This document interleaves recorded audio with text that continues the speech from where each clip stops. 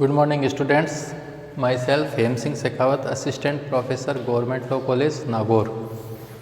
Civil procedure code 1908 इसमें आज हम जो टॉपिक डिस्कस करेंगे वो है सम्मन के बारे में। हमने आज जो वीडियो बना रहे हैं उससे पहले सम्मन के बारे में पूर्व में एक वीडियो बनाया था जिसमें हमने डिस्कस किया था कि सम्मन क्या होता है, सम्मन न्यायालय क्यों जारी करता है, किन उद्देश्यों के लिए जारी करता है और सम्मन की क्या विशेषताएं होती है। उन सभी के बारे में हमने सेक्शन 27 से 32 के बारे में डिस्कस किया। आज हम जो डिस्कस करेंगे वो है सीपीसी के ऑर्डर 5 के बारे में जो सम्मन के बारे में डील करता है। ऑर्डर 5 आदेश 5 को हम दो पार्ट में डिवाइड कर सकते हैं। आदेश 5 है उसमें टोटल मिला के कितने रूल है, रूल 1 to 30, नियम 1 से 30, जिसमें से ऑर्डर 5 के रूल 1 to रूल 8 यह प्रोविज़न करता है जो न्यायालय सम्मन जारी करता है उस सम्मन को जारी करने के संबंध में, जबकि ऑर्डर 5 का रूल 9 से 30 ये न्यायालय ने जो सम्मन जारी किया है और उस सम्मन की तामील किस प्रकार से की जाएगी उसके बारे में डील करता है। आज हम जो टॉपिक डिस्कस करेंगे वो है ऑर्डर 5 का रूल 1 to रूल 8, न्यायालय जो सम्मन जारी कर रहा है उस सम्मन को जारी करने के संबंध में। ऑर्डर 5 रूल 1, प्रतिवादी के नाम सम्मन। यह हमें यह बताता है ऑर्डर 5 का रूल 1 कि जब न्यायालय वादी के वाद पत्र पेश करने के बाद में प्रतिवादी के नाम पर सम्मन जारी कर देता है और प्रतिवादी पर सम्मन की तामील हो जाती है, तो न्यायालय उस सम्मन में प्रतिवादी से यह अपेक्षा करेगा कि प्रतिवादी पर जब सम्मन की तामील हो गई है तो सम्मन की तामील होने से 30 दिन के अंदर अंदर प्रतिवादी अपनी प्रतिरक्षा के अंदर न्यायालय के सामने लिखित कथन प्रस्तुत करे। यानी जो न्यायालय ने सम्मन जारी किया है उस सम्मन की प्रतिवादी पर तामील होने से 30 दिन के अंदर अंदर प्रतिवादी वादी के वाद पत्र के उत्तर में अपनी जो प्रतिरक्षा चाहता है, लिखित कथन है उसका, जो वह न्यायालय में पेश करे। परंतु यदि प्रतिवादी 30 दिन के अंदर किन्हीं कारणों से अपना लिखित कथन प्रस्तुत करने में असफल रहता है तो न्यायालय कारणों को अभिलिखित करते हुए उसे 90 दिन के अंदर अंदर भी अपनी प्रतिरक्षा में लिखित कथन प्रस्तुत करने का आदेश दे सकता है। यानी जो रूल है वो तो यही है कि सम्मन की तामील से 30 दिन के अंदर वो अपनी प्रतिरक्षा पेश कर दे, परंतु वह ऐसा करने में असफल रहता है तो न्यायालय उसे कारणों को अभिलिखित करते हुए 90 दिन के अंदर अपनी प्रतिरक्षा में लिखित कथन प्रस्तुत करने का आदेश दे सकता है। ऑर्डर 5 रूल 2, सम्मन के साथ वाद पत्र की प्रति संलग्न होना, कि न्यायालय ने जो सम्मन जारी किया है उस सम्मन के साथ में वादी ने जो अपना वाद पत्र पेश किया है उस वाद पत्र की कॉपी संलग्न करेगा। यदि वह वाद पत्र की कॉपी संलग्न नहीं करता तो प्रतिवादी को इस बात का पता कैसे चलेगा कि उसके विरुद्ध क्या मामला दाखिल किया गया है, और जब वाद पत्र की प्रति संलग्न होगी तभी वह अपनी प्रतिरक्षा में अपना बचाव पेश कर सकता है।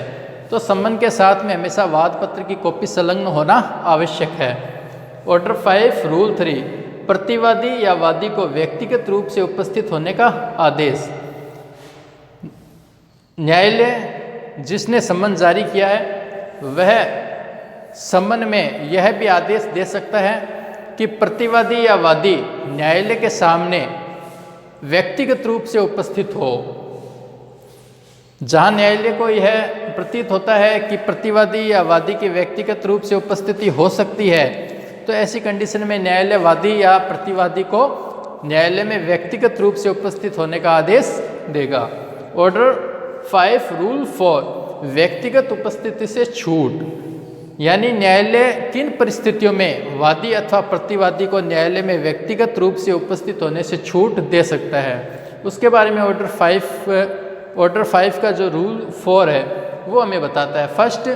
कि जिस न्यायालय ने सम्मन जारी किया है और वादी या प्रतिवादी उस न्यायालय की स्थानीय सीमाओं के बाहर निवास करता है और वह व्यक्तिगत रूप से उपस्थित होने में असमर्थ है, तो न्यायालय उसे न्यायालय के समक्ष व्यक्तिगत रूप से उपस्थित होने से छूट दे सकता है। सेकंड, जिसे उपस्थित होने का आदेश दिया जाना है वह कोई पर्दानशीन औरत है जो कि अपने रूढ़ियों के अनुसार, लोक संस्कारों के अनुसार, लोक रीति रिवाज के अनुसार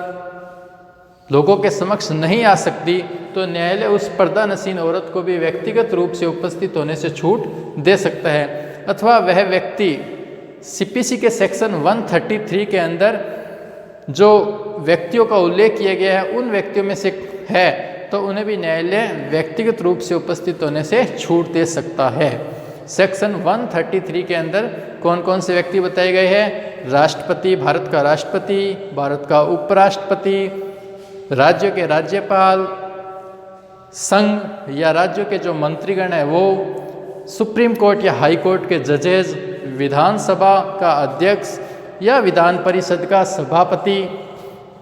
इन सभी को न्यायालय व्यक्तिगत रूप से उपस्थित होने से छूट दे सकता है। Order 5 rule 5,